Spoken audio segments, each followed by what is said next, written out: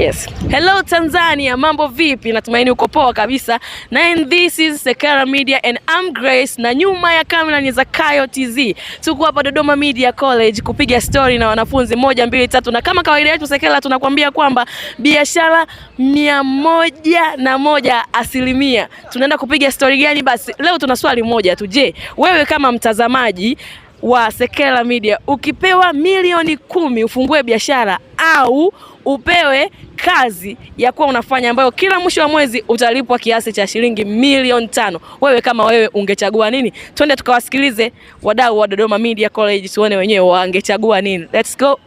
Poa vipi? Majina yako tafadhali? Naitwa Michael Alois. Michael Alois, umechili hapa. Wewe ni mwanafunzi wa Dodoma Media? Ndio.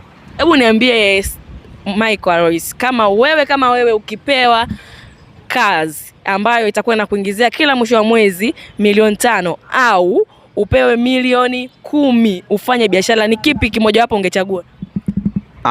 Kwa upande wangu mimi binafsi ningechagua kazi ambayo inakuwa ina uhakika kwamba kila mwisho wa mwezi inakuwa naingiza kipato. Siwezi kuchagua hiyo milioni 10 sijajua namna gani ya kuiendesha. Lazima nichague kazi ambayo inakuwa inaniingizia pesa, mwisho wa siku nakuja kupata pesa nyingi kupitia kazi hiyo hapo.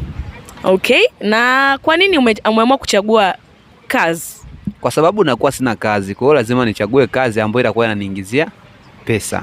Kwa wewe mtu wa kazi? Ya, mimi mtu wa kazi, siwezi kuacha kazi. Nikipata kazi napiga kazi. Sema, angalia kamera afu sema boo.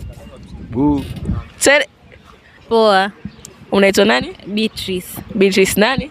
Jackson. Bila shaka wewe pia ni mwanafunzi wa Dodoma Media. Ndio.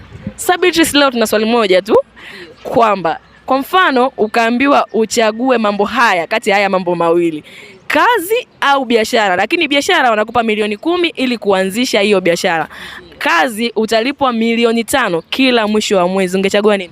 Ningechagua biashara. Biashara. Wow. Kwa nini biashara?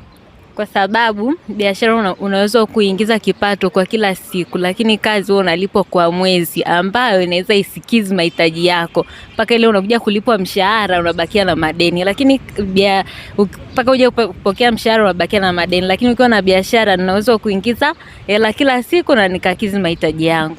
Kwani kwa siku wewe unatumia shilingi ngapi? Kwa siku kama 8,000 hivi. 8,000. Angalia kamera, sema cheese. Cheese.